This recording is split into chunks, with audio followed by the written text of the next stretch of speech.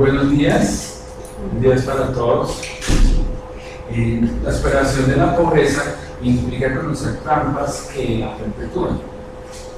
Entre ellas existe una en particular que es la educación de los padres y de los hijos.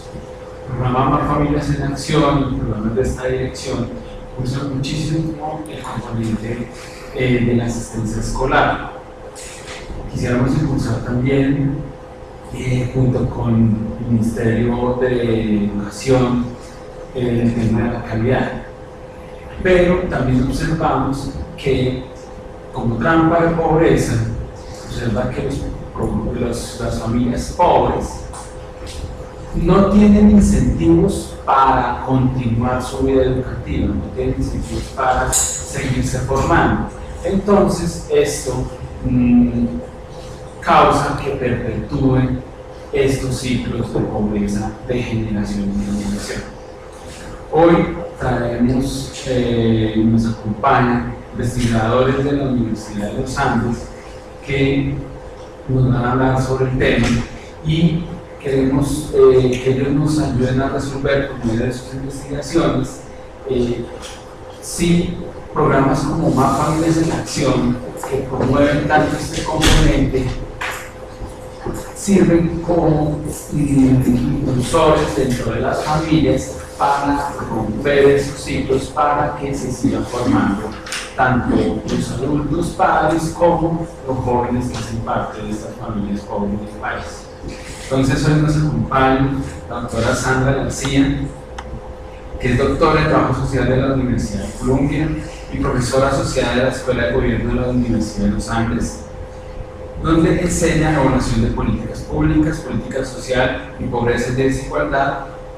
También nos acompaña Arturo Harker, doctor en Economía de la Universidad de California, también profesor de la Escuela de Gobierno Alberto Lleras Camargo.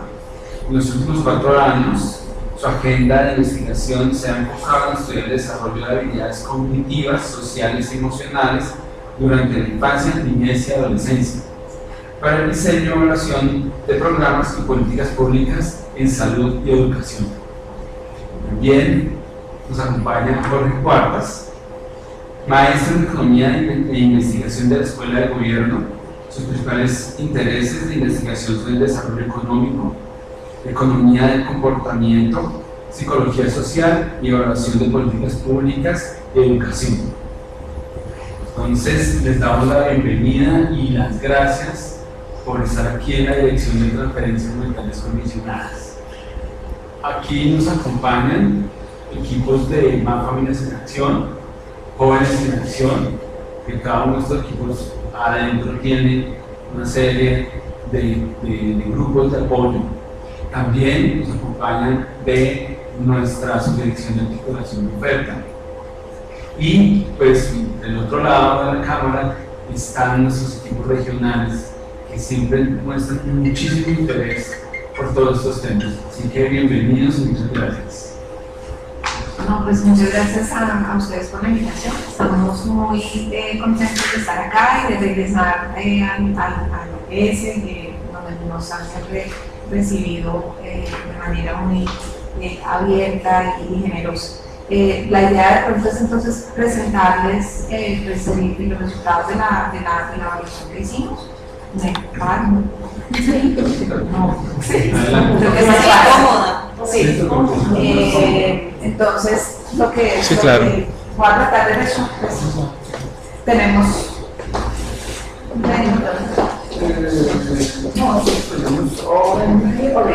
entonces voy a si alguien me ayuda con la básicamente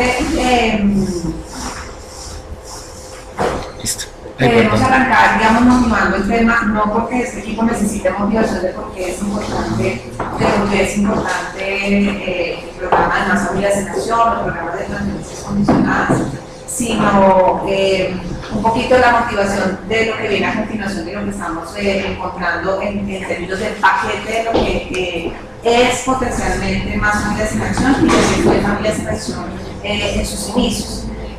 Usualmente en los hogares pobres, tanto los padres como los niños, tienen bajas aspiraciones educativas. Digamos que eso es parte de la motivación de un programa como Transferencias Condicionadas, que a través de diferentes elementos que vamos a ver en un segundo, además de darle mayor flexibilidad al hogar en términos de que tengan mayores recursos económicos para tener acceso a un transporte o un uniforme o una mejor alimentación para asistir al colegio, también tiene elementos que lo que van a hacer es de pronto cambiar de alguna manera esas aspiraciones.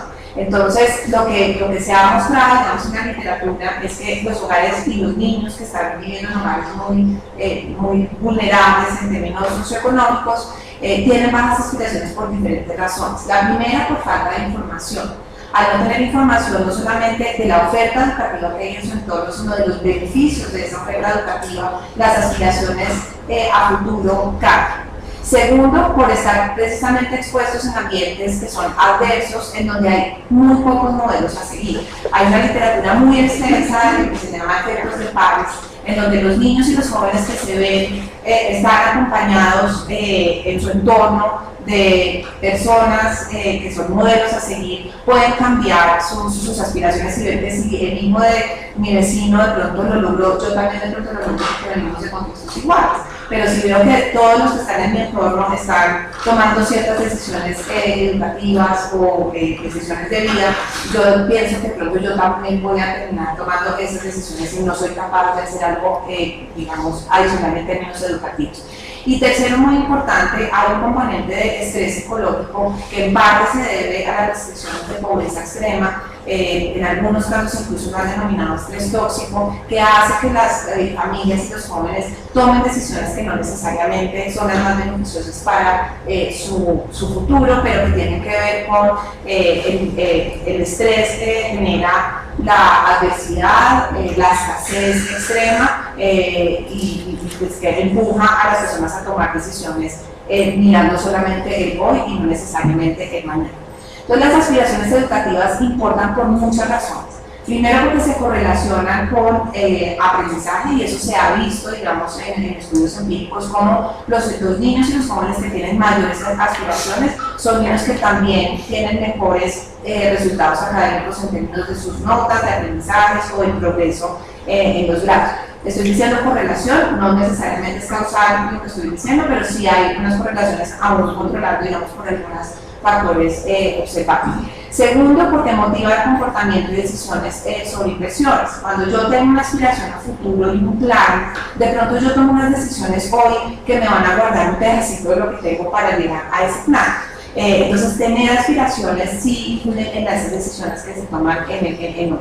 Y tercero, hay estudios que muestran que esas aspiraciones se transmiten de generación en generación. Entonces, el hecho de que yo crezca con ciertas aspiraciones se las voy de alguna manera a transmitir a mis hijos en ausencia de alguna intervención. Entonces la motivación, digamos, principal de este estudio es mirar si hay manera, o sea, dado que las aspiraciones son importantes y son un mecanismo para mejorar ciertos variables de resultado en el bienestar, en el nivel educativo de nuestros niños y nuestros adolescentes, si hay políticas públicas e intervenciones que le puedan pegar a esas aspiraciones. Y en el mundo de las transferencias monetarias condicionadas, que pues claramente creo que sobran en esta audiencia, resaltarlo, pero pues se ha convertido, digamos, en parte del sistema de protección social en más de 40 países en todos los continentes, incluidos incluso en Estados Unidos, digamos, hay ya ciudades que están decidiendo tomar este tipo de intervenciones como parte de su sistema de protección social, en el componente de asistencia social.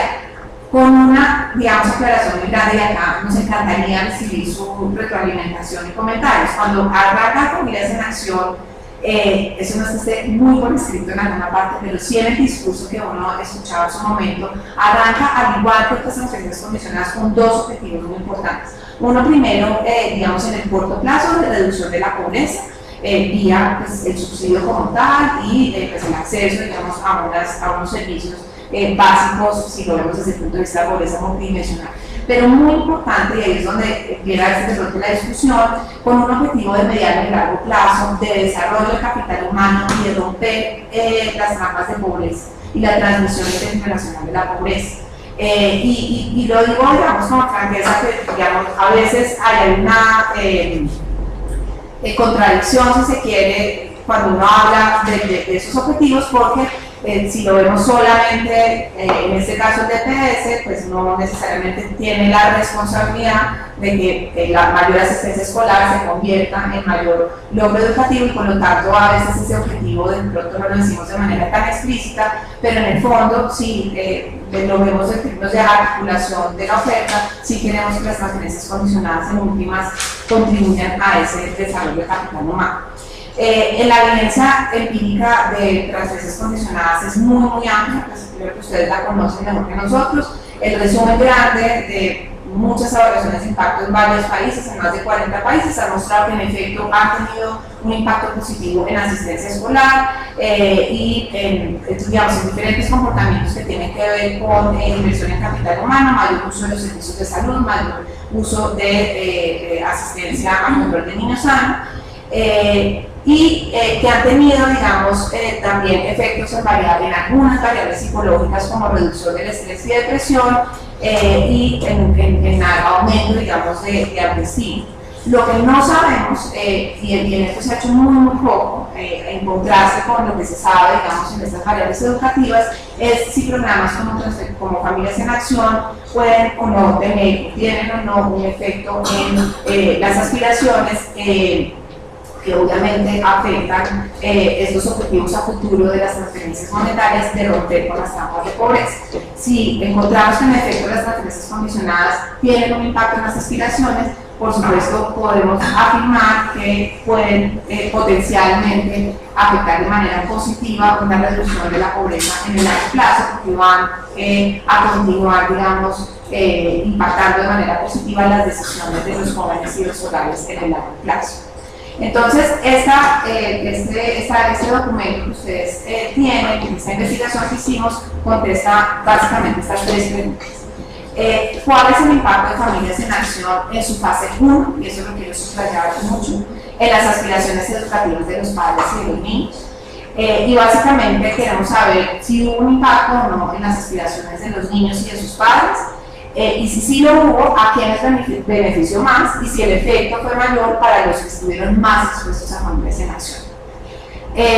Por si acaso se tienen que ir o se aúnen, la respuesta de estas tres preguntas, básicamente encontramos que sí tuvo un efecto positivo y significativo en las aspiraciones. Familias en Acción en la fase 1 aumentó las aspiraciones educativas tanto de los niños como de los padres. Segundo, el impacto fue mucho más grande para los más vulnerables, aquellos que estaban en zonas rurales, en condiciones de pobreza más extremas y con los padres con menor educación. Y tercero, el impacto no fue mayor para los que estuvieron más expuestos al programa, al contrario, disminuyó un poco en el tiempo, y es algo que queremos discutir con ustedes. Tenemos nuestras hipótesis y lo queremos, pues, digamos, lo discutimos internamente con el equipo, digamos, de Familias en Acción de sus inicios, y lo discutiremos con ustedes en un momento.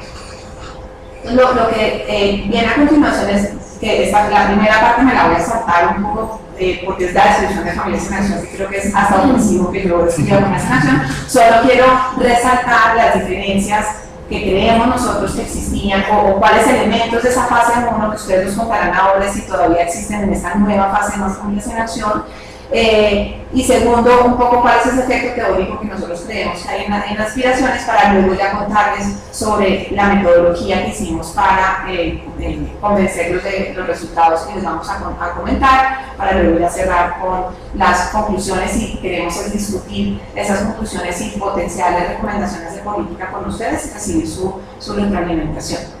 Bien, entonces realmente, si no sé quién me hace señas, si les parece bien que yo me salte la descripción de Familias en Acción, en su momento, o sea, no es más Familias en Acción, es la descripción de Familias en Acción. Lo que quiero resaltar de acá, pues está el subsidio nutricional, el subsidio de educación, con todas las condiciones que ustedes conocen más que nadie. Lo que quiero resaltar acá es que la primera fase de Familias en Acción, además del subsidio, del componente de educación, tenía un componente muy fuerte de información y acompañamiento. Digamos que es esta, digamos, lo que queremos resaltar como un componente importante de la fase 1 de Familias en Acción. Entonces tenía la transferencia, que la transferencia es un monto no despreciable, entre el 16 y el 25% del ingreso mensual de los beneficiarios en ese momento, o sea, estamos hablando del año 2000. Los padres pues tenían que verificar la asistencia. Acá lo que quiero insistir es que había un contacto, a diferencia de hoy, un contacto, digamos, más directo con los maestros y con el colegio para que les pegaran el sticker de la asistencia. Y tercero, es esta estrategia de promoción de educación y de pues, todo el componente que hacían los líderes de apoyo, los encuentros de cuidado, y sobre todo la entrega de información a través de unas cartillas muy explícitas sobre diferentes temas, entre ellos, y es en el que nos vamos a enfocar hoy, los beneficios de la educación. Esta, pues digamos que se la agradecemos mucho a todo el equipo. Jorge, y luego resaltar, hizo una labor detectivesca impresionante y después de mucha perseverancia logró, digamos, que el equipo compartiera también buscar muchas cajas y recopilar cosas que tenían guardadas y encontrar, digamos, se recuperaron unas cartillas muy, pues no sé si la palabra adecuada es bonitas, pero muy lindas en términos no solamente gráficos, sino de contenido. Y solo quiero compartir una de esas páginas de estas cartillas. Una de ellas se llamaba Niños Vamos a Estudiar, que tenía que ver con la información que se le entregaba a los hogares sobre por qué era importante estudiar. Entonces, por ejemplo, en esta escena de la mamá con su hijo, le dice el papá, si oye mi hijo, con la plática del subsidio voy a comprar libros, uniformes para que mi hijo pueda estudiar. Pero mija, si estudian no nos ayudarán en el campo. Y la mamá le dice, pensémoslo bien, si estudian van a tener un mejor futuro. Luego otra, sí mija, tiene razón, con el estudio se consigue mejor trabajo. ¿Y quién quita? Cuando sepan, gracias, cuando sepan ayudarán a que la finquita rinda más. Y así, digamos, hay muchas más historias, digamos, con contenidos como esto de por qué es importante que sí decía que el hijo vaya al colegio, incluso para que su finquita y lo que estén haciendo en ese momento pues sea más productivo más adelante. Eso es, digamos, lo que quiero resaltar como uno de los componentes diferenciales. Dado eso, digamos, la motivación que les presenté hace un momento, ¿cuál es el, digamos, que es el efecto teórico de Familias en Acción en Aspiraciones? Vemos tres canales posibles. Primero, la estrategia misma de promoción de la educación. Sabemos que ignorar o subestimar los retornos de la educación de alguna manera limita el conjunto de elección que tienen los individuos. Entonces, si yo vivo en una vereda en donde no sé qué puede pasar si llego a noveno versus si llego a 11, ni siquiera lo considero como una opción, ¿sí? Entonces, digamos que no tener esa información limita las opciones con las cuales voy a tomar decisiones. Segundo, digamos, por consecuencia, reduce las aspiraciones, porque al no tener esa información, pues yo tampoco voy a aspirar a algo que ni siquiera conozco. Y, aunque no lo creamos, es mucho más común de lo que nosotros creemos que es. Entonces, hay estudios tanto en Colombia como en otros países en América Latina que muestran que las aspiraciones que tienen los niños y los jóvenes no necesariamente son tan altas como nosotros pensamos y que hay una gran variación, digamos, en términos de pues por ruralidad o por las características de los hogares. Entonces, dado esto, una estrategia de promoción de la educación pues como la que se tuvo en su momento, pues tiene sentido para atacar, digamos, eso, creemos que puede ser uno de los canales. Segundo, otro canal posible, y es parte de lo que podemos discutir con ustedes, es que la interacción con adultos y líderes y profesionales puede cambiar también las aspiraciones, y hay evidencia de eso. Digamos que las creencias y los objetivos que las personas creen también dependen de las personas con las que yo interactúo todos los días, ¿sí? Es diferente si yo interactúo con un maestro, con un líder comunitario, con alguien que de pronto fue profesional, es profesional y vivió en mi comunidad y ahora está trabajando. Así yo interactúo todo el tiempo con personas que de pronto la educación no fue una posibilidad y pues no lo vivieron como propio. Entonces, digamos que esas aspiraciones de alguna manera se desarrollan en esa esfera social, de manera que la interacción de alguna manera de los padres de familia al ir esta es una de las hipótesis, al ir a verificar y a conversar sobre si el niño asistió o no, si no ponen el sticker, pero porque no asistió Juanito, pues de pronto también puede ser uno de los canales. Y finalmente, digamos que la exposición a la evidencia que muestra muy reciente, que exposición a modelos a seguir tiene efectos sobre las aspiraciones. Por ejemplo, vivir en una comunidad en donde el líder de la comunidad más visible tiene ciertas características, los niños y los jóvenes también van a tratar de aspirar a esas mismas características. Y el tercer canal es la transferencia per se del dinero, es decir, que la transferencia monetaria como tal pues ataca uno de los problemas de, como les comentaba al principio, de escasez y por lo tanto ese estrés tóxico generado por la falta de dinero pues reduce lo que llamamos ancho de banda, ¿cierto? Cura de alguna manera la atención solamente en poder resolver mi problema de hoy, de poder darle algo de comer a mis hijos esta noche y no de pensar, bueno, lo que voy a hacer para tener un año pase algo o en 2 años pase algo, y de alguna manera la transferencia libera, digamos, esos recursos mentales para poder pensar en otras cosas más allá de este básico de supervivencia. Y ahí tenemos una cita muy bonita, simplemente para ilustrar ese punto, en donde una funcionaria del TPS en una entrevista nos cuenta que el programa ayudó a las familias a dejar de pensar exclusivamente en qué vamos a comer hoy y les permitió pensar en qué querían que fueran sus hijos en el futuro. El programa motivó a las familias a creer y soñar nuevamente. Y del libro que salió en el 2010 de las voces de beneficiarios de Familias en Acción, también, digamos, hay testimonios de los mismos beneficiarios diciendo cosas como: gracias al subsidio mis hijas tendrán otras oportunidades, nos enseñaron que cuando cumplan 18 hay formas para que sigan estudiando hasta la universidad y sabemos cómo hacer. Familias en Acción ayuda a los niños a tener otras oportunidades, por ejemplo, algún día podrán entrar a la universidad. Entonces, digamos que esto es obviamente muy cualitativo, pero simplemente es para motivar un poco el tema que hay estos posibles canales desde escasez hasta aspiraciones. Bien.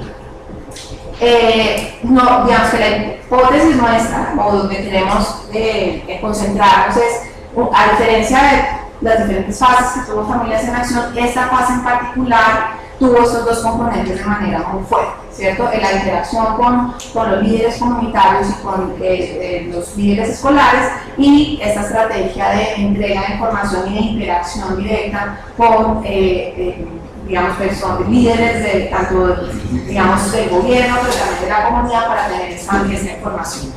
Bien, entonces, ¿qué hicimos nosotros? Y eso es lo que quiero resaltar como algo muy positivo de Colombia como país. Digamos que los datos de Familias en Acción son datos que fueron públicos en su, todavía lo son, pero fueron muy públicos.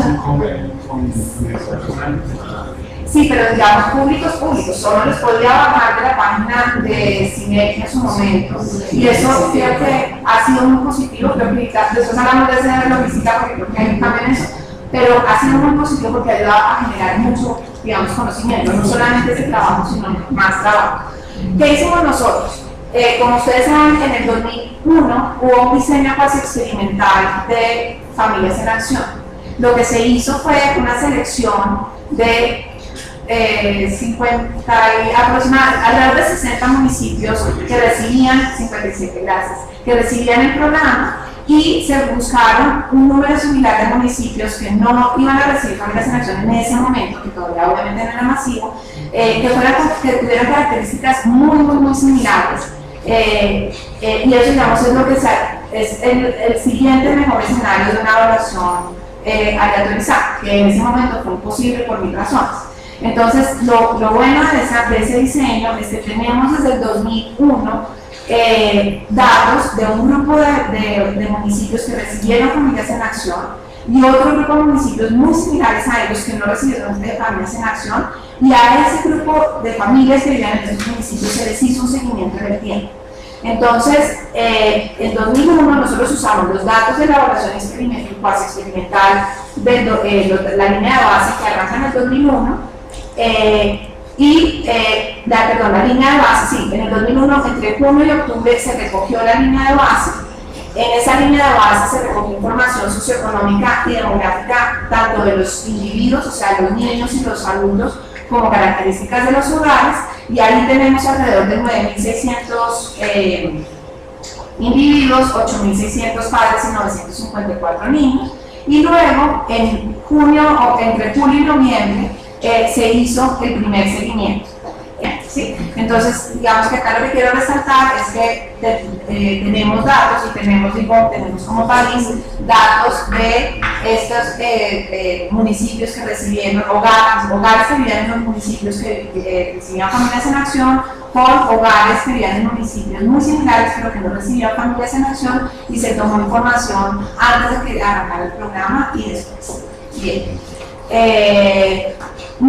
Digamos que en ambos momentos se hizo una pregunta muy importante que fue a los padres de familia se les pregunta qué nivel educativo quiere que su hijo alcance, primaria, secundaria o universidad, y a un grupo de estudiantes, de niños y jóvenes, se les preguntó directamente qué nivel educativo quiere alcanzar usted, primaria, secundaria o universidad. Obviamente, quienes trabajan en el tema dirán, no, pues pudimos haber preguntado 1000 cosas más, sí, creo que ninguno de los que estamos acá estaban en ese momento, estábamos, pero con esta información que es muy básica y podríamos decir que es una proxy de aspiraciones, pues encontramos cosas muy interesantes. No pretendo que lean esa tabla, les pido disculpas por el tamaño de la letra, simplemente resaltar son las características de los padres y de los niños del grupo que llamamos tratamiento, que es el grupo de hogares que estaban en los municipios que recibían Familias en Acción, y del grupo que llamamos control, que son aquellos niños y hogares que estaban en los municipios que no recibieron Familias en Acción. Una cosa para resaltar, que es muy importante, si ustedes se fijan, cuando vean estrellitas quiere decir que el grupo de tratamiento y control eran diferentes, y cuando no, quiere decir que el grupo de tratamiento y control eran muy similares. Dado el diseño que les conté, que trataron de buscar municipios muy similares, fíjense que las características de los municipios en términos del número de bancos, de instituciones educativas, de instituciones de salud, de qué proporción eran en diferentes regiones, no hay muchas diferencias, es decir, eran municipios con características similares. Cuando ya nos vamos a las características de los hogares, también incluso en términos de características de los hogares eran similares en términos de la educación del jefe del hogar o el número de niños del hogar. Hay algunas diferencias, pero muy chiquiticas, por ejemplo 3.7 niños en el grupo de tratamiento versus 3.5 niños en el grupo de control, pero son más o menos comparables, no del todo comparables, y por eso es que tenemos que hacer unas, digamos, estimaciones más rigurosas para asegurarnos que sí estemos comparando niños y hogares muy similares. Importante entonces, esto digamos que muy descriptivo, pero para motivar los resultados, cada una de estas filas muestra el porcentaje de padres en el primer panel que, digamos, redujeron sus aspiraciones entre la línea de base y el primer seguimiento. Es decir, que en el primer seguimiento decían, yo quiero que mi hijo, o aspiro que mi hijo termine secundaria, y luego al año decían no, mejor primaria, o arrancaban con universidad y terminaban en secundaria.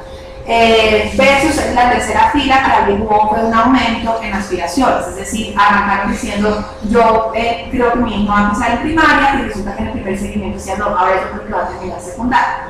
¿Qué pasa? Los padres, fíjense que hubo una pérdida de aspiraciones en ambos grupos, tanto en el grupo de tratamiento como en el grupo de control.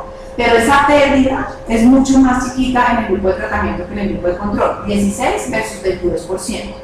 A su vez, la ganancia de aspiraciones, hubo ganancia de aspiraciones en ambos grupos, pero la ganancia fue mucho más grande en el grupo de tratamiento, 19 versus 15%. Entonces, esto que les estoy diciendo que es muy descriptivo, más o menos es lo que hay detrás de la estimación que estamos haciendo, que se llama diferencias en diferencias. Y es que lo que hacemos es ver cuál es la diferencia, en este caso en aspiraciones, entre el grupo de tratamiento y control antes de que arrancara el programa, versus la diferencia entre aspiraciones entre el grupo de tratamiento y control después de que el programa hubiera pasado un año, ¿sí? Y esa diferencia, esas diferencias se puede interpretar, digamos, de manera causal como el efecto del programa, con algunos supuestos que, pues, digamos, van detrás, pero digamos que estamos muy tranquilos con todas las, digamos, ajustes de robustez que hemos hecho, que sí es un efecto causal.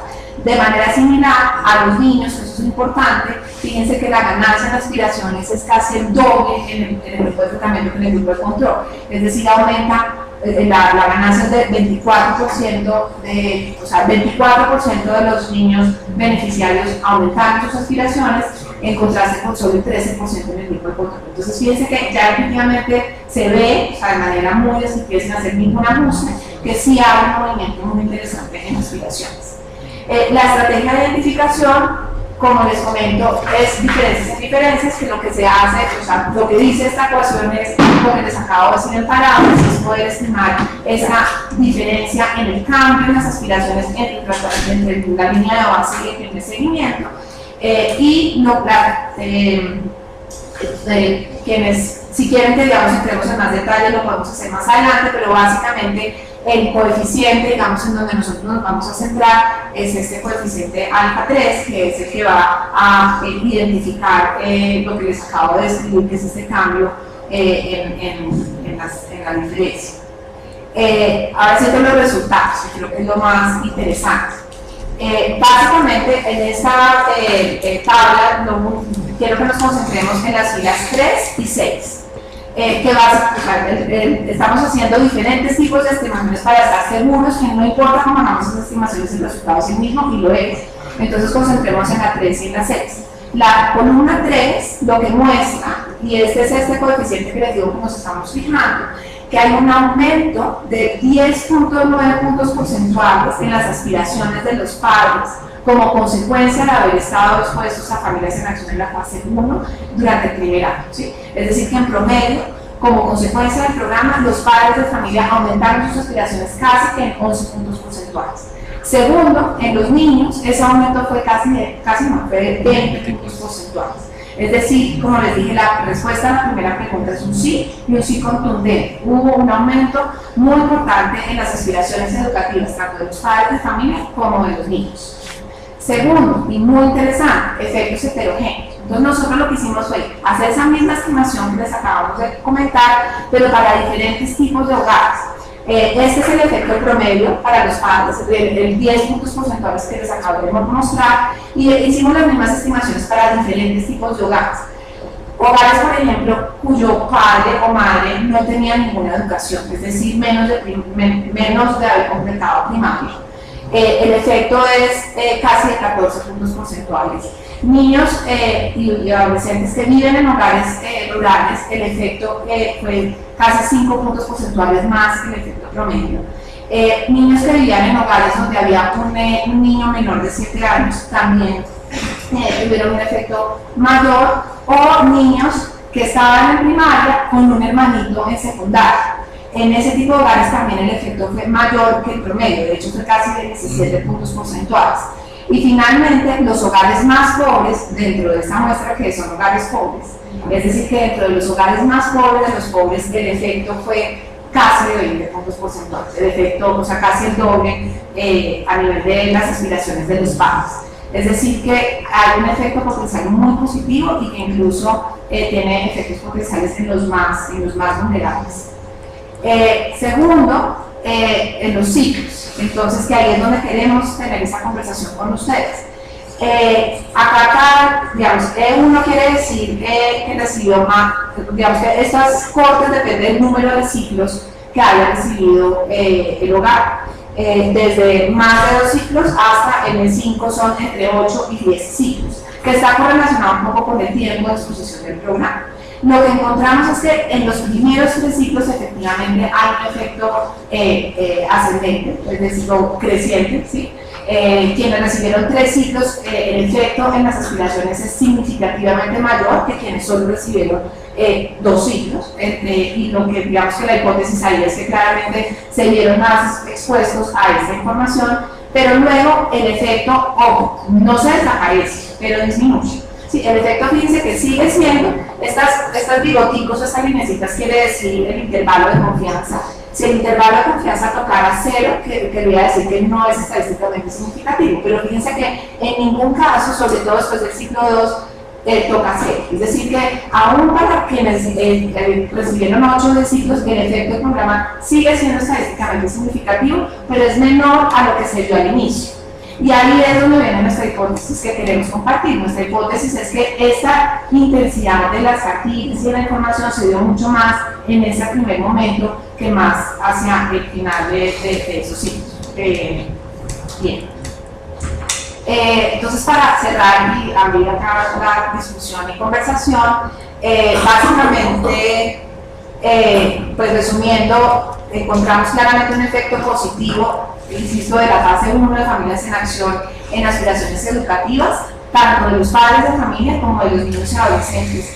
Aumentan las aspiraciones entre 10 y 20 puntos porcentuales, lo cual no solamente es estadísticamente significativo, sino que es grande en su magnitud. Esto más o menos equivale a un tamaño de efecto entre el 27 y el 61% si lo comparamos con las aspiraciones iniciales. Encontramos que el efecto es mayor para los padres en hogares más vulnerables, aquellos padres que están en hogares más pobres, en zonas rurales o con niños menores de 7 años. El efecto del programa disminuye en el tiempo, pero insisto en que no desaparece, y ahí entonces, pues digamos, las posibles explicaciones. Si hubo de pronto una menor intensidad en la interacción con los maestros, lo cual de pronto no estaba plausible porque la verificación se hacía bimensual, o si hubo una disminución en la intensidad del componente de información de acompañamiento. Como les digo, es una hipótesis, eso nosotros no tenemos los datos para poderlo verificar, y de ahí la riqueza y honor de poder compartir eso con ustedes y escucharlos. Creemos que estos resultados pues, abren una oportunidad para el mejoramiento de programas de transferencias en general, pues se pueden potenciar los efectos positivos en asistencia, y que si hay alguna intervención adicional en calidad con articulación del resto de la oferta, pues dar más información, claramente lo único que podría hacer es potenciar más esos efectos. Con una advertencia muy grande, y es, sabemos que vivimos en un país en donde la movilidad social es muy bajita, y que parte de esa movilidad social se debe a que no hay una oferta necesariamente pertinente o incluso disponible en muchas zonas del país. Ejemplo, litoral pacífico, ¿sí? Entonces, las aspiraciones pueden volverse una frustración fácilmente si esas oportunidades no existen o si hay unas barreras sociales muy grandes. De ahí la importancia, insistimos mucho en esta articulación que yo sé que ustedes estarán pensando, ella parada ahí es facilísimo decirlo y fácil hacerlo, estoy muy consciente de eso, pero pues como país creo que es algo que tenemos que pensar en cómo, si un programa como este, con el esfuerzo humano y financiero que requiere, logra aumentar las aspiraciones, que hay también una responsabilidad de otros sectores, que esas aspiraciones en realidad se conviertan en mayores oportunidades educativas para nuestros niños y jóvenes. Entonces, pues, digamos, cierro con eso, y de la necesidad de invertir también en el sector educativo para que pues, atiendan o respondan a ese potencial incremento en aspiraciones educativas. Cierro con eso, y pues creo que el formato de ustedes de poder conversar ahora, no sé si Arturo quiera complementar algo. Entonces, por una cuestión de calidad de la grabación, pues para que los equipos regionales puedan compartir lo que ustedes hoy están viendo aquí de manera presencial, la idea es levantar la mano y vamos haciendo una por una, porque si hacemos una discusión de muchas voces, no lo vamos a lograr captar, ¿sí? Bueno, primero, Sandra, agradecerte pues, a todo el equipo de investigadores, a Jorge, por haber venido a compartir con nosotros pues, los hallazgos y las recomendaciones. Y empezamos, digamos, hasta el foro abierto para los que quieran hacer las preguntas, y empezamos a hacer un conversatorio.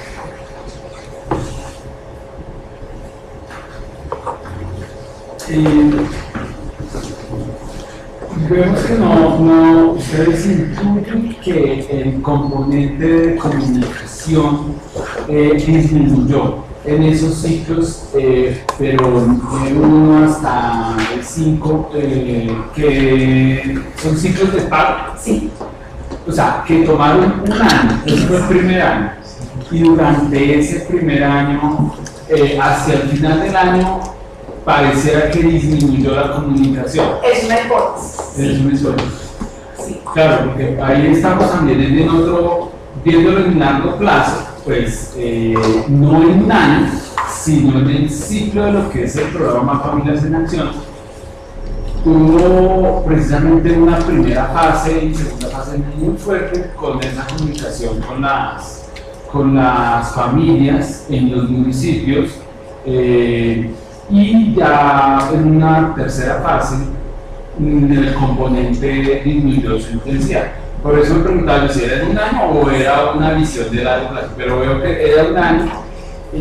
Yo creo que es una buena muestra de la necesidad de potenciar ese componente, porque definitivamente se observa ahí que no es solo la transferencia como tal, el crecimiento y desarrollo y de educación, sino también ese componente de bienestar comunitario, como el nombre que le tenemos dentro del programa, para interactuar con la familia.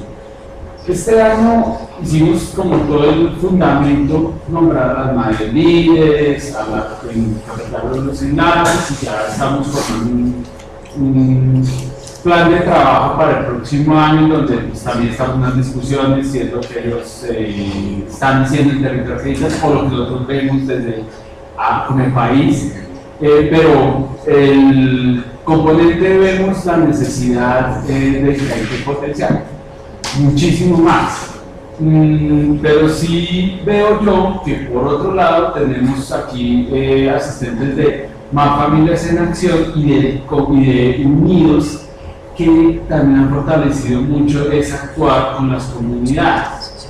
En Jóvenes en Acción tenemos todo el componente, yo creo que te llama mucho la atención a ti, que es como de habilidades para la vida, que tiene también un formato de seguimiento que se hizo con Uno Social, y allí también queremos como, si lo pasamos a más familias también, no solamente fortalecer el componente de bienestar, sino también fortalecer el seguimiento a las actividades.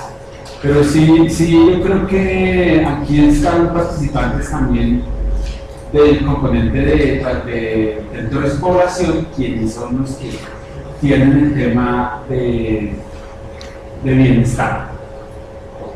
Quisiera parar ahí, y hay otro tema que me llama mucho la atención, y es las aspiraciones de los que participan del programa, cómo tanto padres como jóvenes o niños ven positivo.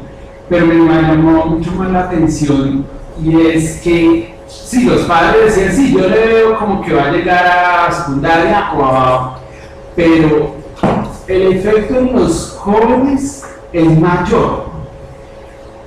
Entonces ahí sí sería para otro debate, y es todo lo que es calidad y cobertura. Porque todas esas aspiraciones que se ven tan fuertes en los niños, de que ven que pueden llegar, pues se quedan truncadas si esos dos componentes no están en su territorio. En algunas zonas de nuestro país, ya mencionabas alguna, también hay otras hacia el oriente, por ejemplo, que los niños solo pueden aspirar, primero, solo inician su vida escolar hasta los 7 años, cuando estamos en un ciclo en Colombia que estamos tratándoles de llevar desde los 5 años. Y por el otro lado, llegan hasta 9º grado. No hay oferta, incluso en algunas capitales, sino hasta 9º grado. Entonces, si esa familia pues son pobres, tienen aspiraciones por medio de las transferencias, pues si no existe ese otro, tener que viajar hasta donde esté la oferta, pues ya vuelve imposible para esa familia y se vuelve en vez de ser una aspiración, como tú lo decías, es una frustración. Allí creo yo importante trabajar en conjunto, pues, y que lo venimos haciendo, precisamente Mónica está aquí con el Ministerio de Educación, que pues allí en algunas mesas hemos hablado del tema, que es muy importante que no solamente sean como hacia el lado occidental del país o centro-occidente del país, sino en todo el territorio tener una oferta que no frustre esas aspiraciones. Yo creo que hay esos dos temas, no sé si alguien quiere agregar un tercero de debate o de conversación sobre el tema. Seguramente de las regionales nos estarán también, cuando vean el video, como ávidos de conversar esto, y yo creo que es un buen punto para hacer ese diálogo también más adelante. No sé si hay un tercer tema o cuarto tema que vive Paola. Nosotros, digamos, ya llevamos un amplio recorrido, llevamos 16 años implementando el programa y pues, somos muy conscientes de muchas de las cuestiones que ustedes han dicho, pero esos argumentos nos ayudan a fortalecer como el accionar. Entonces, por un lado, todos sabemos que las transferencias monetarias condicionadas en sí mismas no alcanzan los resultados que se aspiran, sobre todo cuando ya pasado un tiempo de corto a mediano plazo, las familias incorporan dentro de su ingreso familiar la transferencia. Entonces ya la transferencia no tiene, digamos, el impacto en sí mismo que se tiene en corto plazo. Ya estamos en un periodo más allá del largo plazo. Entonces, lo que sí podemos saber, por lo que ustedes nos están contando, es que se puede construir aspiraciones, ¿sí? Y creo que ahí es donde el programa tiene que entrar muy fuerte en contenido sobre cómo construimos aspiraciones. Primero, una cuestión de que haya sido efecto de Familias en Acción. Considero que también se basa en la confianza que las familias han tenido sobre el programa y su largo plazo, porque se sabe que si se pensara que es un programa de corto plazo, pues entonces tuvieran que contestar, no, estudiamos mientras tenemos este apoyo, pero hay una cuestión grandísima y es que el programa genera confianza en la población. Es tanto así que nosotros tenemos más del 30% de las familias que no se encuentran en una situación de pobreza, pero sí en una situación de vulnerabilidad por un caso de desplazamiento, pues por ser encontrarse en situación de desplazamiento. Entonces es un programa que no solo genera confianza para superación de pobreza, sino también genera confianza para otra recuperación de vulnerabilidades, ¿no? Entonces ahí estamos en ese marco. Ahora, la construcción de las aspiraciones realmente se da por el componente de bienestar comunitario, ¿sí? O sea, es la comunicación que tiene el Estado con las familias en territorio la que puede lograr construir las aspiraciones conjuntas de gobierno y familia para ver qué podemos alcanzar.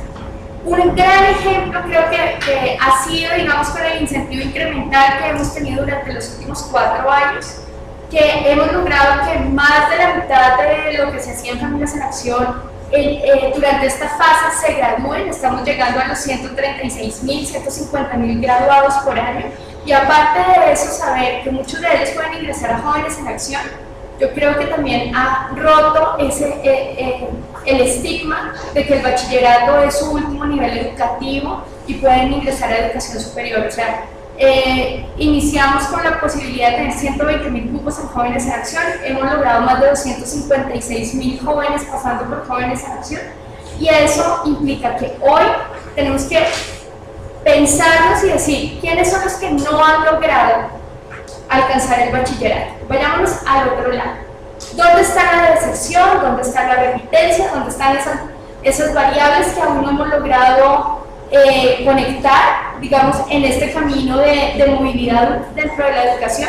¿Y cuál es el componente de bienestar comunitario que se necesita para poder romper, digamos, esas trampas que es la alta deserción en zonas en zonas de absorción de mercado muy juvenil, muy cuestiones de este tipo, y ahí es donde tenemos que deconstruir el componente de bienestar porque no es igual para todos. ¿Sí? Probablemente en lo que tú dices que en las zonas rurales hay mayores aspiraciones que en la zona urbana, de pronto es por la oferta, porque uno cuando está en la zona urbana sabe que tiene más cerca el instituto tecnológico, tiene más cerca cierta oferta, pero entonces creo que lo que nos están diciendo ustedes es algo así como nosotros tenemos que diversificar la construcción de aspiraciones según la caracterización de la población. Dale, Arturo. Yo quiero poner sobre la mesa un tema, creo que el campo de acción es mucho más amplio, digamos, creo que esta evidencia abre un campo de acción que lo que nos dice es Familias en Acción es un instrumento que es efectivo modificando creencias en general, no solo aspiraciones en educación, digamos. Si uno quiere como pensar fuera de la caja, lo que tenemos acá es este puede ser un instrumento de política efectivo para cambiar creencias sobre buenas prácticas de crianza, sobre violencia contra los niños, sobre violencia contra la mujer. Digamos, el campo de acción es mucho más amplio y creo que es una oportunidad para que ustedes tienen, digamos, que teniendo esa intervención tan directa y esa confianza tan fuerte para la comunidad, que se podría aprovechar aún más para intervenir en campos más amplios, ¿no? Entonces eso creo que es muy importante que lo tengan claro, que probablemente ustedes lo ven porque están tratando con la gente, pero creo que podrían ir un poquito más allá.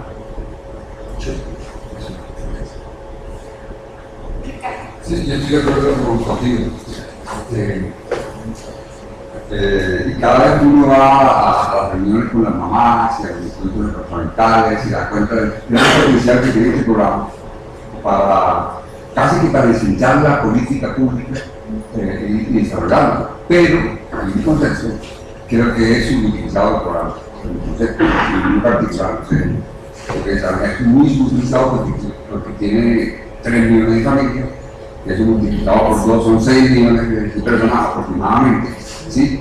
Y me parece que los diseñadores de política a nivel nacional parece que no hubieran entendido esto, porque esto en el 2012 tuvo un quiebre, ¿sí? El quiebre fue que, digamos, esa fuerza que tenía en esos 10 años, que tuvo un fuerte componente de participación de las familias, de muchas cosas, ¿sí?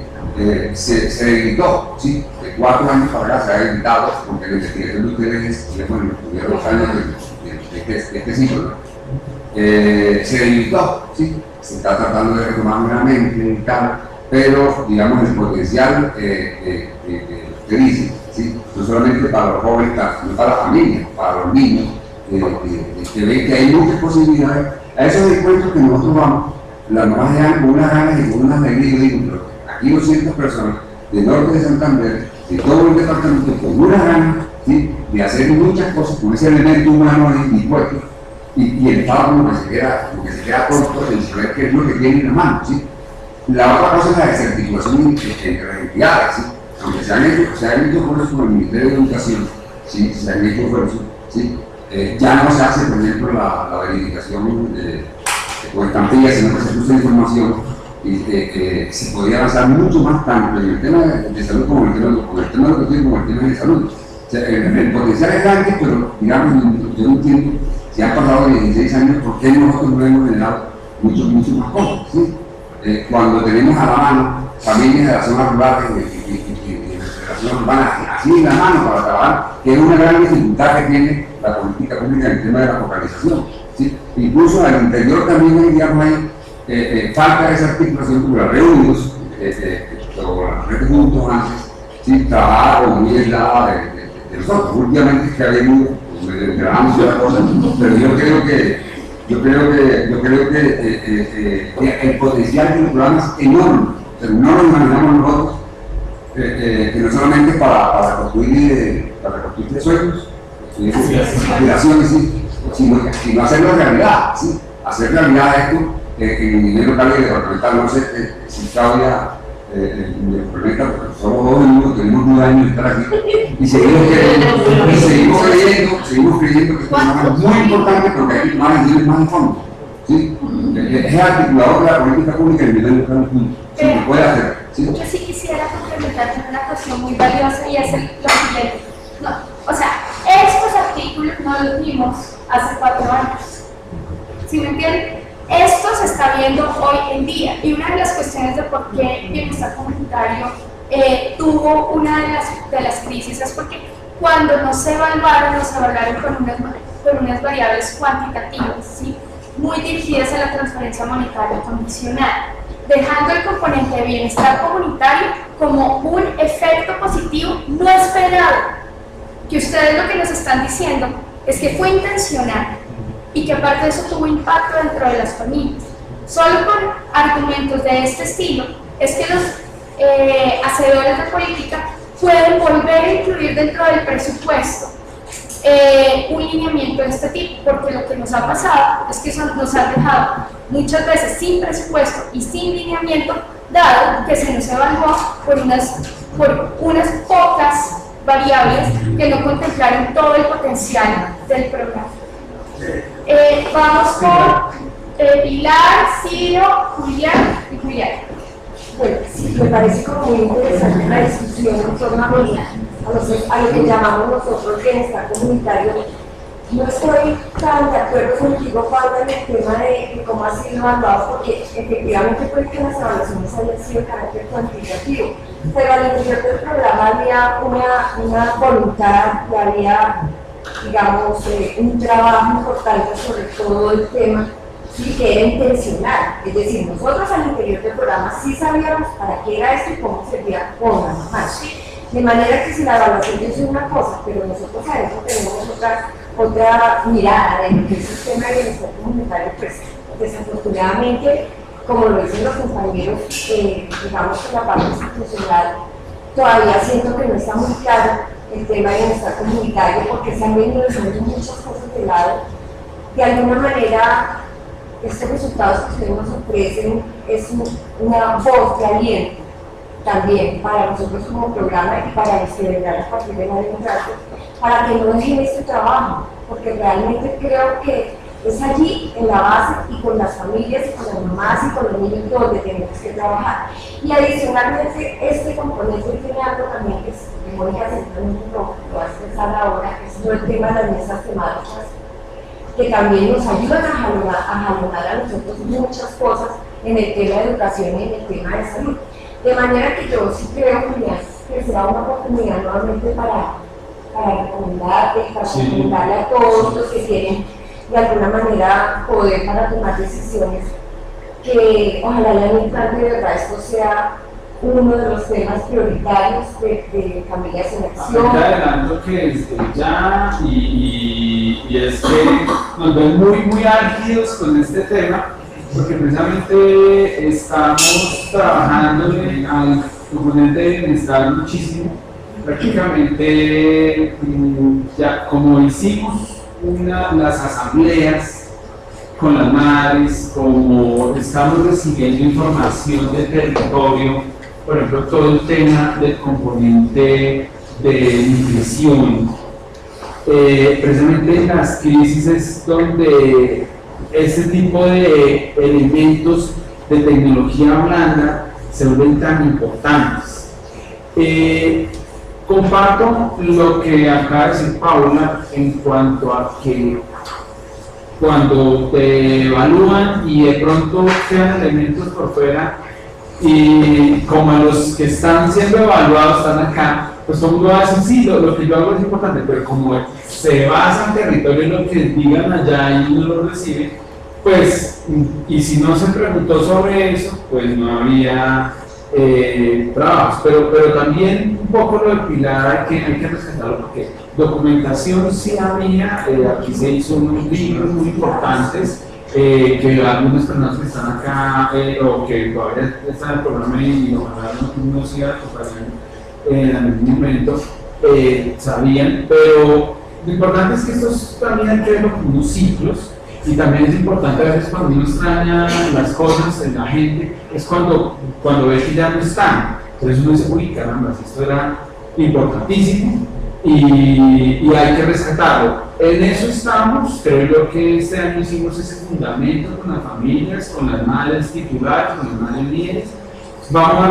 Y ya tenemos unas temáticas que ahorita finalmente estamos hablando, también ellos tienen desarrollando una metodología. Y me da pena que me salte a Julián y a Ciro, pero pero entonces, no más para decirte a ti que sí estamos en eso y creo yo que estamos dando pasos ciertos ahí. No es un tema que estén diciendo, sí, lo vamos a tener presente, y ya estamos trabajando. Entonces, continuemos, por favor. Algo que me llamó mucho la atención, usted decía de estos los asistentes, fue cuando tú entraste con el tema de las aspiraciones en la comunidad educativa, en los 3 elementos que generan aspiraciones, y entre ellos está el de estar en contacto con modelos o con paradigmas y en ese orden creo que las políticas públicas también van a tener que cambiar un poco en la dirección de la estratificación, en la dirección de disminuir las diferencias sociales a través de esa encuesta SISBEN que en algún momento nos hace más, nos abre más brecha que nos reduce. Entonces creo que parte del estudio podría ayudarnos a esto, a que dentro de las políticas públicas no abriéramos brechas con encuestas o con diferenciaciones por cualidades o cantidades económicas. Eso es un punto que creería yo que podemos entrar a valorar de esa primera parte que tú iniciaste en el estudio. Y lo segundo, creo que hay un tema que viene ahora, uno del contexto en el que se está moviendo el país, pues es muy diferente de 2001-2016 y lo que va a ser 2016 en adelante. Que era el tema del posconflicto, ya todos estamos entrando en esa dirección. Va a hacer que, digamos, algunas situaciones de este tipo de evaluaciones pues tengan que cambiar. Entonces podamos evolucionar en otra línea, dado que ya no hay los elementos de conflicto por lo menos tan marcados. Obviamente todavía nos falta mucho tiempo en solucionar las causas, pero creo que ahí se puede lograr una mejor evaluación de lo que está pasando y poder determinarle al gobierno en términos generales que no se vea la transferencia monetaria o el subsidio como un elemento exclusivamente fiscal. ¿Qué es lo que estamos viendo hoy? ¿Qué es lo que estamos observando hoy a través de diferentes proyectos? Lo estamos encajando solamente en el aspecto fiscal, en el aspecto de sostenibilidad financiera del Estado, mas no lo estamos viendo como un elemento y como una herramienta real de evolución social. Entonces, creería yo que tenemos que llegar a cambiar esos paradigmas de política para poder lograr mayores impactos en los programas. Bien. Sí, no, Julián.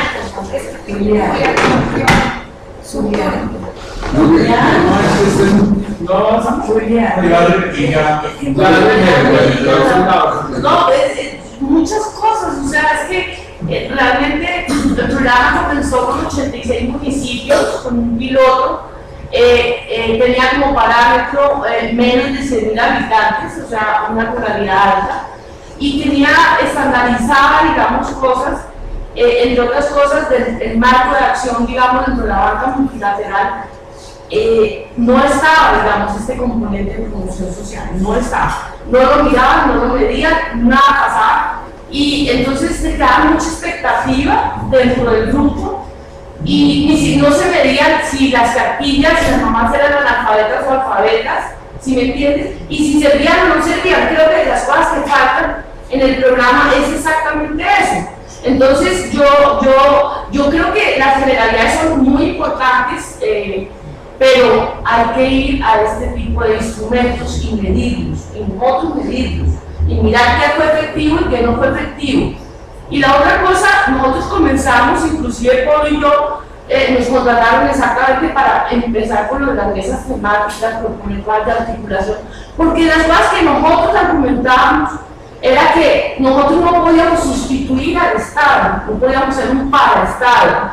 Esa población cautiva generaba para todo, pues, ¿sí me entiendes? Queríamos hacer todo. Que entonces nosotros hacer el componente, no, había un Estado para cada cosa, había unas entidades con competencias dentro de todo el Estado. Entonces nosotros por eso argumentamos, digamos, que no, la población no podía ser una burbuja, digamos así, ¿sí me entiendes? En estos encuentros de cuidado donde no se les podía meter institucionalidad. ¿Cuál no se les podía meter si es que ellas estaban demandando cosas?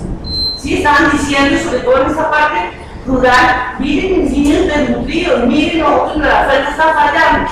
Fue cuando nosotros con Polo empezamos a proponerlo de las mesas y lo evidenciamos porque las hicimos en todo el país. Las mesas temáticas, cuando invitábamos a las entidades de salud, en las de salud y a las de educación, nos decían, se desbordaban, ¿o no, Polo? Se desbordaban diciéndonos toda la cantidad de problemas y la población solamente demandaba, pero no sabía por qué no llegaba la educación, por qué no llegaba. Entonces la expectativa, digamos, de la población un poco queda truncada con una cantidad, es multifacético todo eso. Y entre otras cosas, Paula, la ruralidad, digamos, nosotros sí caímos en cuenta y cuando empezamos a cambiar el programa no es que tenga fase 1 y fase 3, no, una fase 2, que fue cuando empezó poblaciones más urbanas y desplazados a ingresar.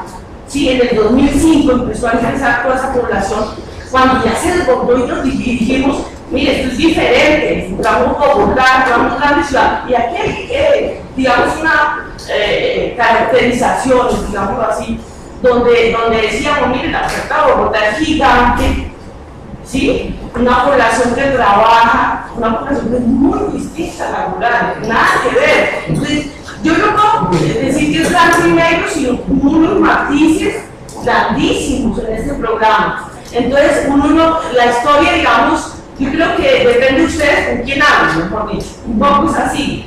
Sí, está muy bien. Diego, Mónica. No, y hubo propuestas además, que no se puede decir que no las hubo, sí las hubo. Entonces hay que descartar un poco eso, pero nunca la banca metió eso, porque no está dentro de los términos de referencia. Bueno, quiero decir algo más, ya que estamos tocando también el componente de educación, la ruralidad. Efectivamente el programa, y ustedes lo saben, pasó de 320.000 participantes iniciando, cuando de un momento a otro ya para 2006, 2008 eran 2.800.000 familias.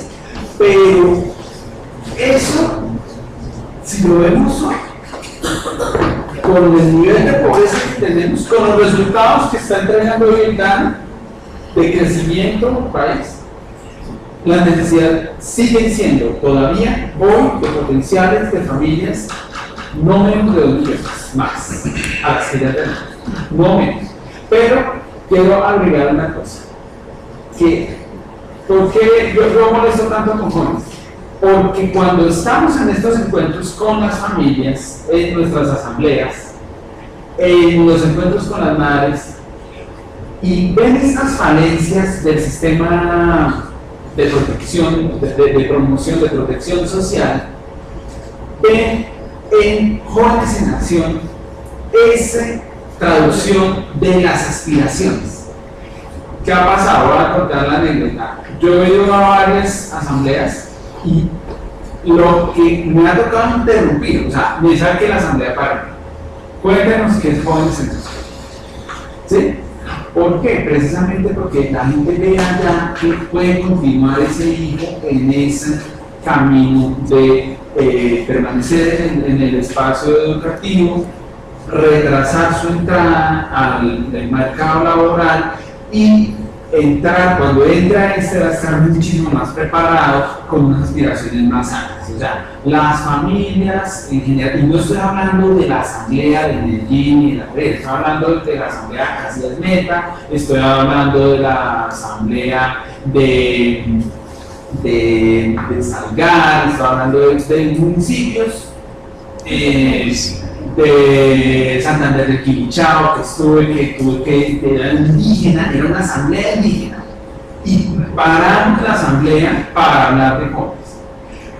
Pero cuando ustedes traen esto acá, cuando vimos el documento, es que ahí están. Entonces hay varios componentes de lo que han mencionado varios acá. Precisamente ese potencial de estar en esa, y vuelvo a traer ese nombre, la capilaridad que tiene el programa en el país de atender a estas familias tan vulnerables y abrirles los ojos en una cosa que tú dijiste que se ha pasado un poquito de largo.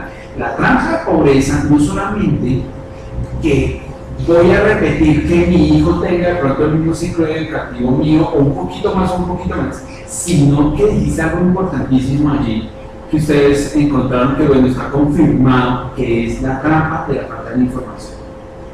Eso, cuando el niño no va al colegio, cuando no accede, cuando no puede llegar allá donde está ese anuncio en la cartelera de la escuela, del colegio o en la alcaldía, pues, y tras del hecho tiene una educación muy básica, o sea, si lo pueden leer, no lo entienden, y poder acceder a la información, que alguien le cuente el roce con maestros, con autoridades, claro, brinda información y también puede tener esos efectos que queremos. O sea, si la gente no supiera de Jóvenes en Acción, no preguntaba.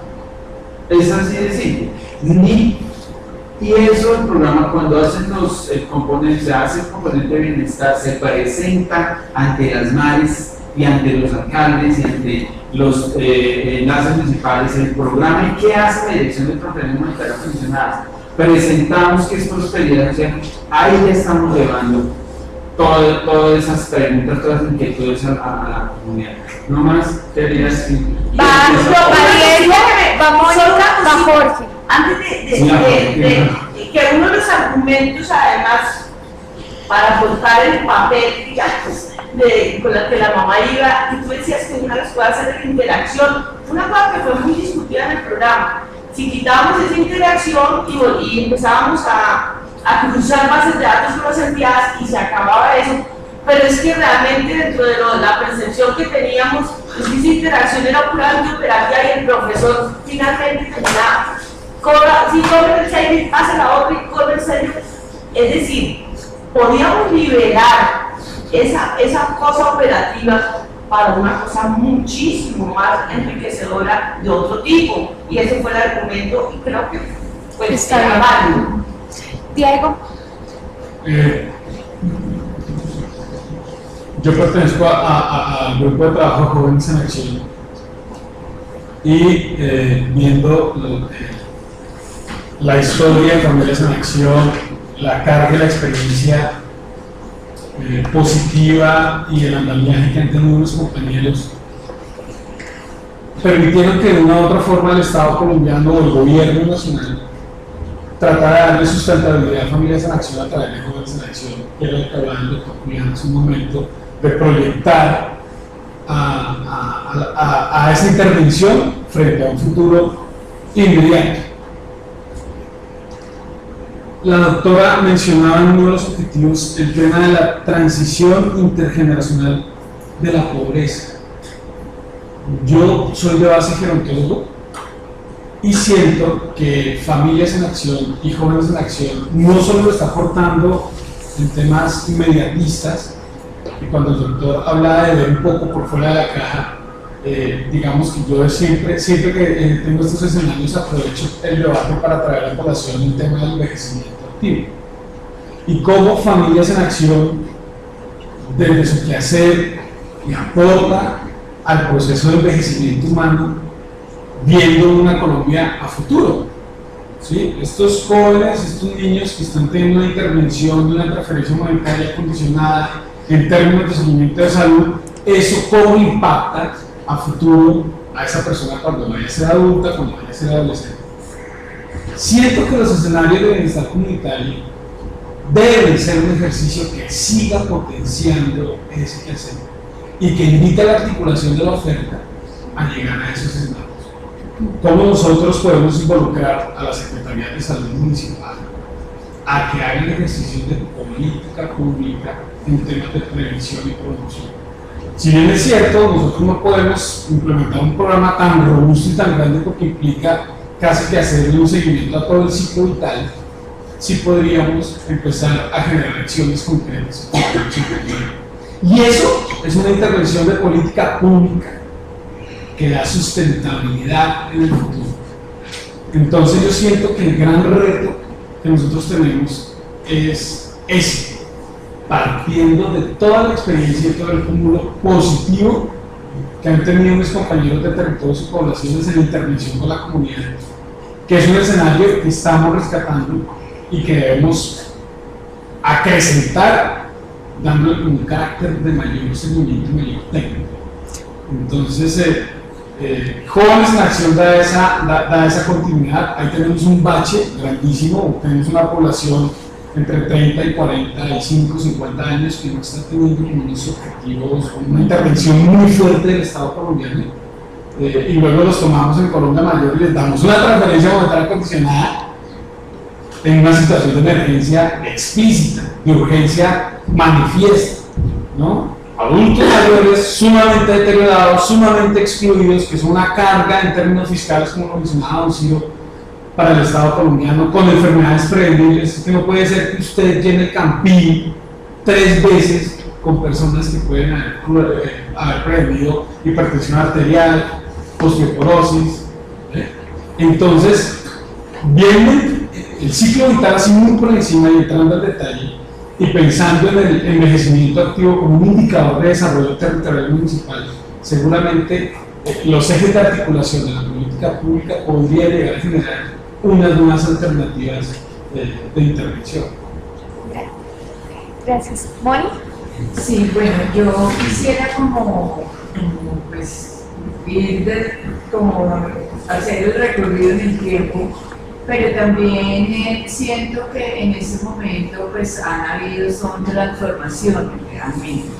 Transformaciones, unas de nombre, transformaciones de procesos, y pues en la medida en que el programa creció, como lo dijo Julián y Claudia, pues ese vínculo que había entre los profesores y las familias pues se tiene que ir rompiendo en la medida en que los procesos operativos se hacen necesarios para que para que se haga la entrega, la transferencia monetaria condicionada.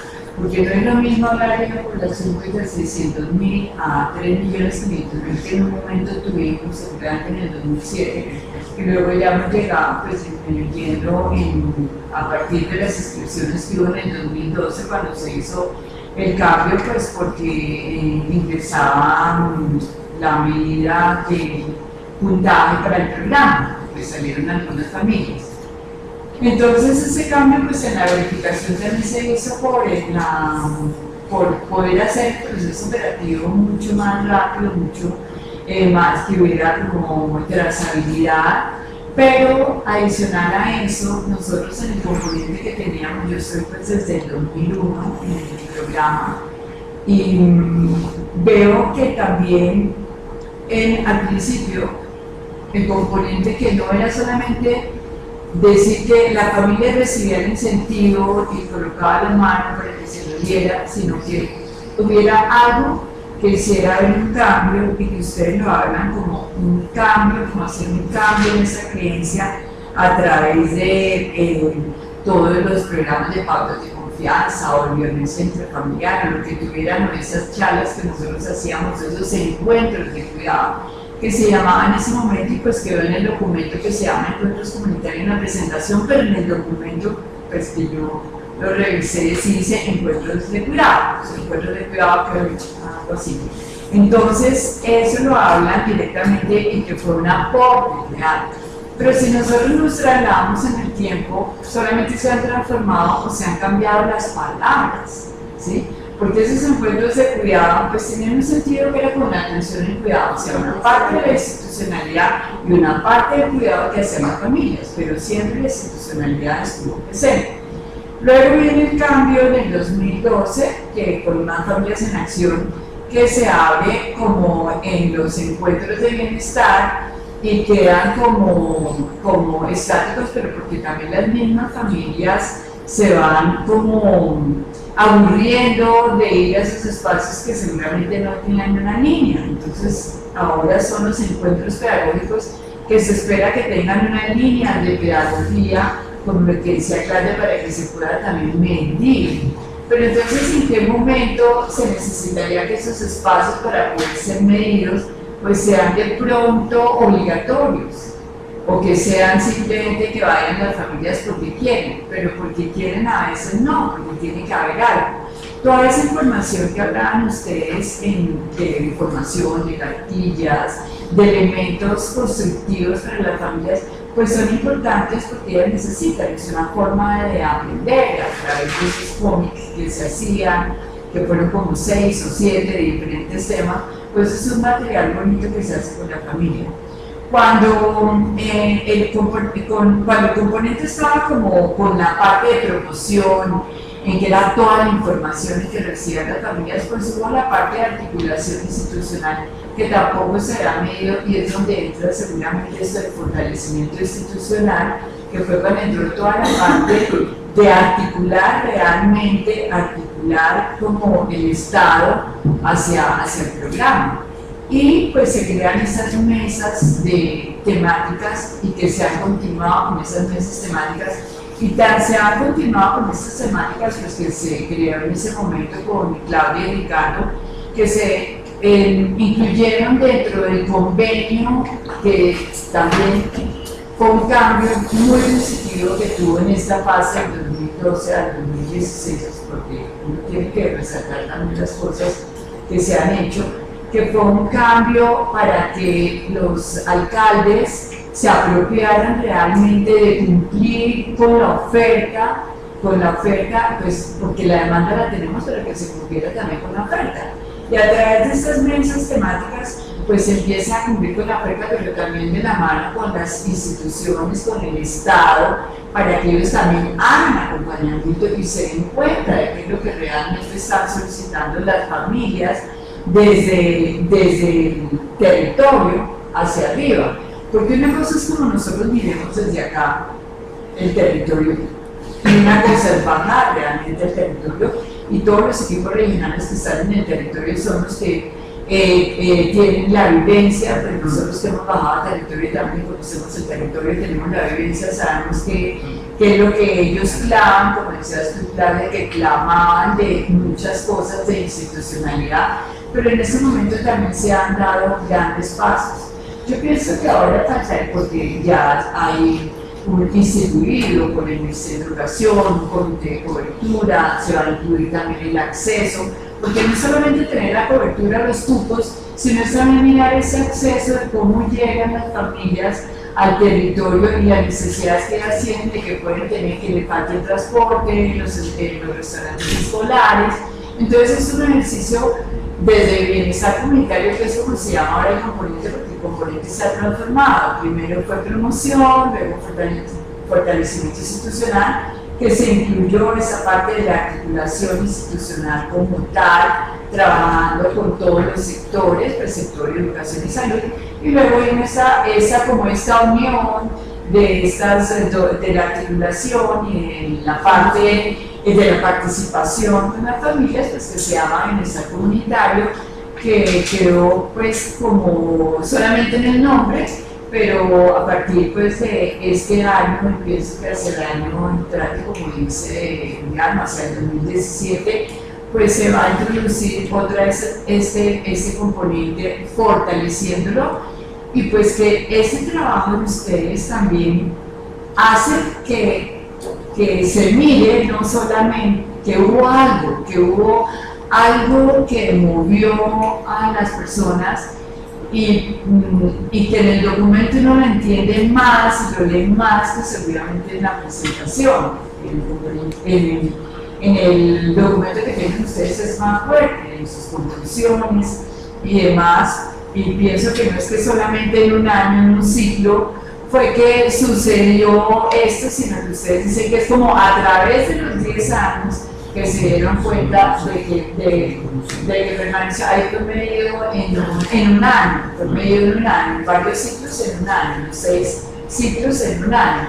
Entonces pienso que a través del documento se ve que fue como a través de los 10 años, que hubo como ese acompañamiento con las familias, que en algún momento se ha perdido, pero bueno, todos estos trabajos sirven también para que justamente se reevalúe, como decías tú, Paula, pues que hay un documento que midió una evaluación y que ahora se está viendo y que se dejó de hacer, que ya todo el mundo se dio cuenta de que vuelven a retomarlo, ustedes lo retoman ahí, de que se haga nuevamente esa unión con la familia, llámese de bienestar comunitario, lo que sea.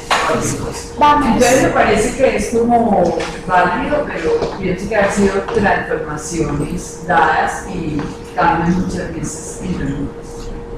Gracias. Por el tema del horario, entonces, no sé, vamos a empezar el cierre, va Jorge, va Felipe, ¿dices que va a salir? ¿No? Listo, va Jorge, va Sandra y va Jorge. Listo. Jorge. Yo veo dos cosas. La primera es que el efecto que encontramos es para el primer año del programa, ¿cierto? Lamentablemente, esa información no está en los siguientes años. Entonces, realmente no sabemos si hubo un efecto más de largo plazo. No, hay algunos estudios que muestran que en muy largo plazo no hubo efectos de respiraciones. Por muchas razones no hubo efectos de respiraciones. Por muchas razones, como que los papás fueron encontrándose con barreras y fueron viendo que no era tan fácil. ¿Cierto? Que fueron actualizando sus creencias. No lo sabemos. Lo que sí es importante es que pues, hagamos esfuerzos para poder seguir viviendo ese tipo de cosas y mirando bien el camino de eso. Entonces, lo que quería comentar muy brevemente sobre lo que decía antes de Paula con Pilar es que para mí es natural que no hayamos prestado tanta atención a estos temas y que documentos como este no hayan salido, digamos, en 2000-2001, porque con los niveles de pobreza en Colombia tenemos necesidades pues, urgentes. O sea, tenemos que pensar en nutrición, en vacunación de los niños, y los niños vayan al colegio, cosas mucho más básicas. Pero también siento que como país y del sector público y de la academia estamos en un momento maravilloso. Porque ya solucionando un poquito las cosas que faltan, todavía mucho camino por recorrer, podemos empezar a pensar en esto. Tenemos muchísima evidencia que nos muestra cómo cuestiones psicológicas, ¿cierto? La depresión, las creencias de las personas, pueden ser algo que potencie su salida de la pobreza o una barrera adicional, ¿cierto? Una carga adicional para que puedan superar la pobreza. Y fuera de eso, también tenemos de la academia, y diciendo que es algo que el sector público puede aprovechar muchísimo, una cantidad de evidencia de intervenciones cortas, baratas y supremamente efectivas que podemos empezar a utilizar en el país para poder maximizar los impactos de un problema como funcional. Entonces, que sería importantísimo que el sector público cuente con la academia también para eso. No, muchas gracias. Pues, yo acepto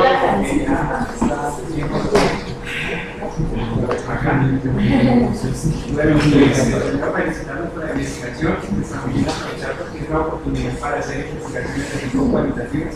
En el caso de jóvenes nacidos, es importante porque hablaba de algo interesante que es los modelos para que los jóvenes se inscriben. Entonces, cualitativo, ¿en qué sentido? Pues tomar la foto a de cuáles jóvenes han salido beneficiados por el programa y han logrado como superarse de manera, no sé, no educativa, pero también de una manera social y puedan trascender.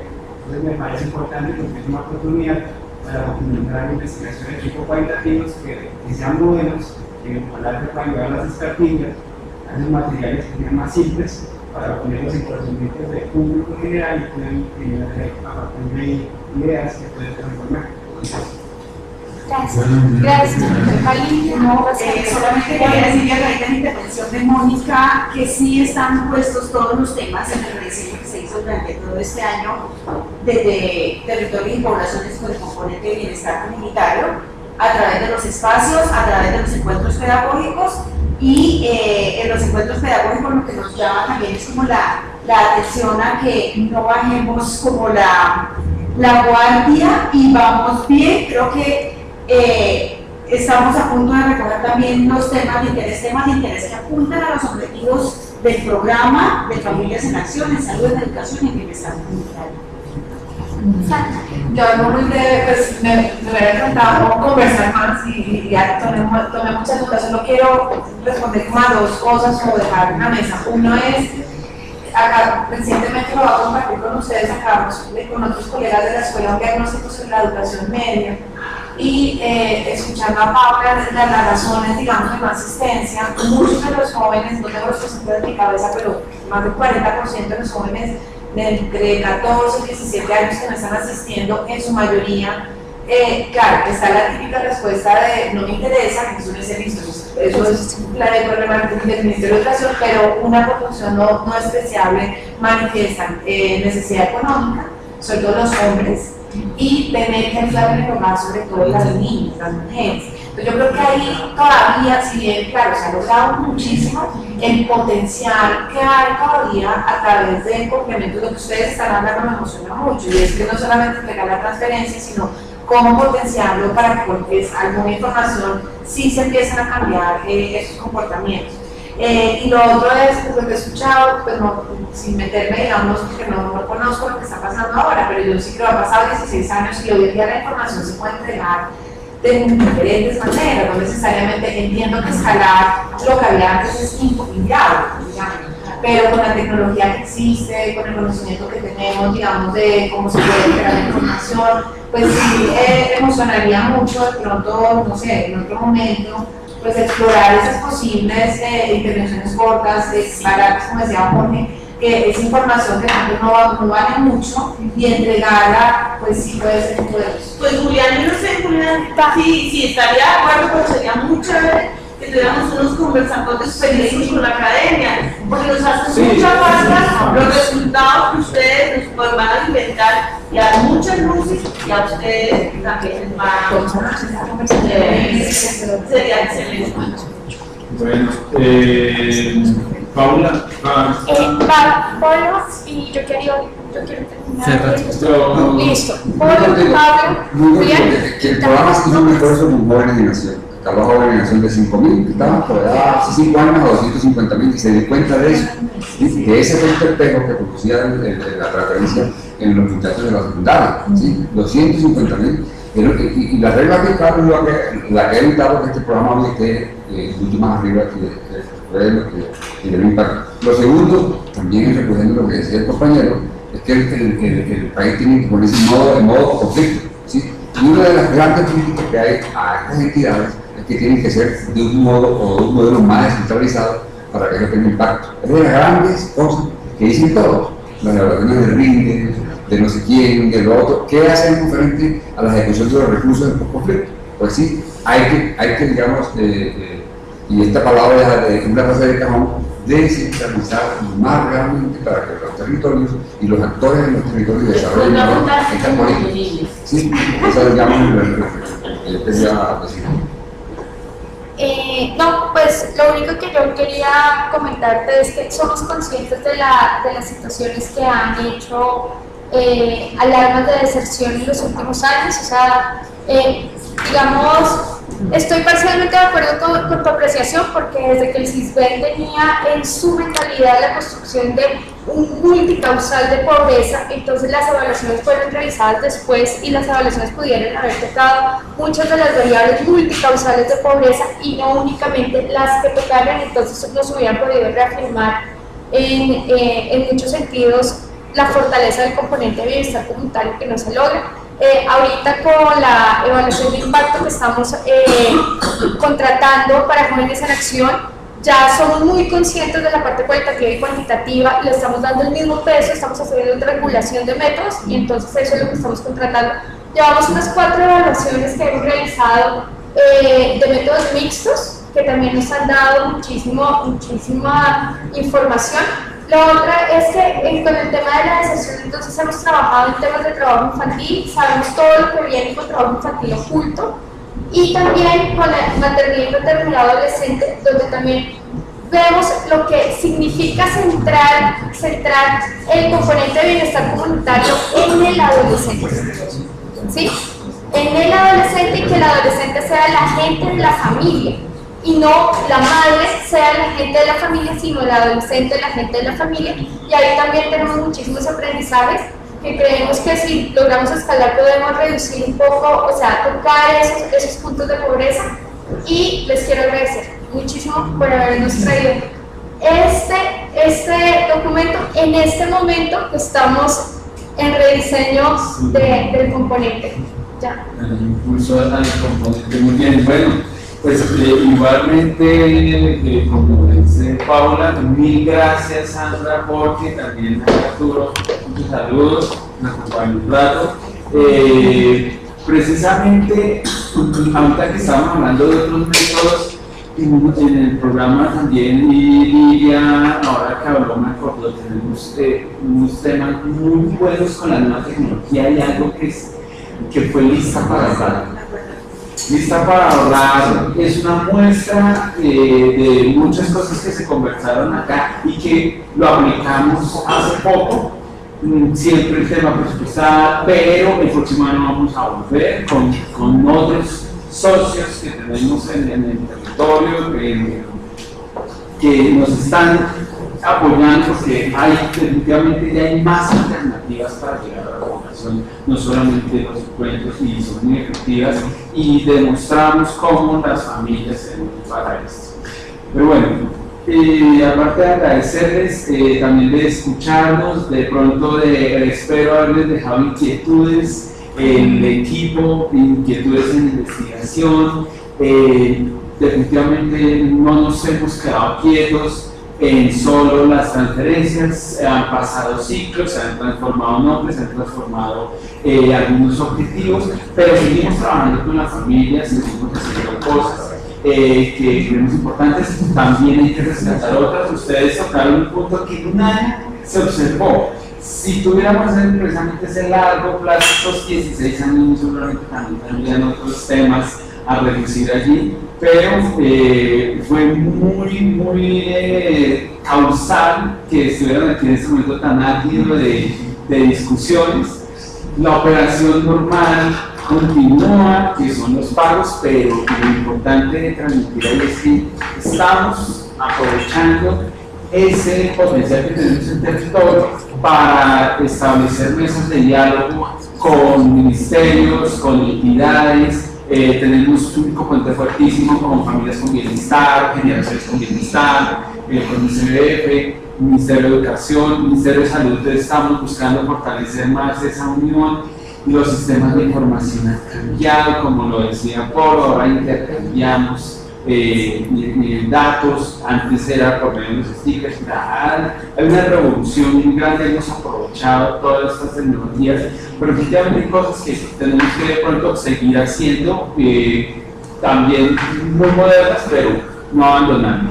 Entonces, de verdad, muchas gracias, y pues les agradezco también a todos los que asistieron, les agradezco mucho sus aportes, creo yo que han sido precisamente muy bienvenidos y estamos trabajando en eso, ustedes son parte de esto, y también pues desde las regionales agradecerles que vean el video, que lo disfruten, que también nos hagan llegar sus inquietudes porque son supremamente importantes. Hemos estado con ustedes en muchas de las regiones y los hemos escuchado, y parte de hacerlos partícipes de esto es que queremos seguir contando con ustedes en la construcción o en el seguimiento del programa.